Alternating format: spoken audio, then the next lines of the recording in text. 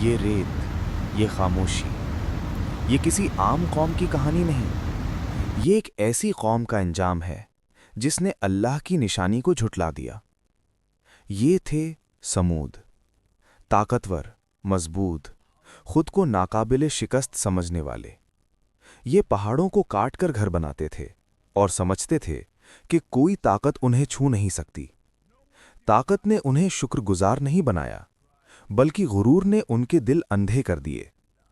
پھر اللہ نے ان کی طرف حضرت صالح علیہ السلام کو بھیجا، حق کا پیغام لے کر۔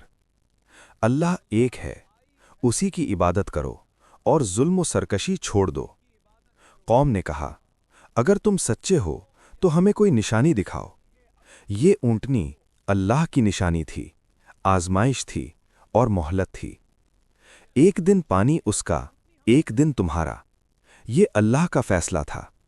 مگر کچھ دل حسد سے جل رہے تھے، خاموش سازشیں اندھیروں میں جنم لے رہی تھیں۔ آخر وہ لمحہ آ گیا جب انہوں نے اللہ کی نشانی کے خلاف فیصلہ کر لیا۔ حضرت صالح علیہ السلام نے فرمایا، اب 3 دن اپنے گھروں میں فائدہ اٹھا لو، اللہ کا وعدہ پورا ہو کر رہے گا۔ 3 دن، رحمت کی آخری مہلت، عذاب سے پہلے کی خاموشی۔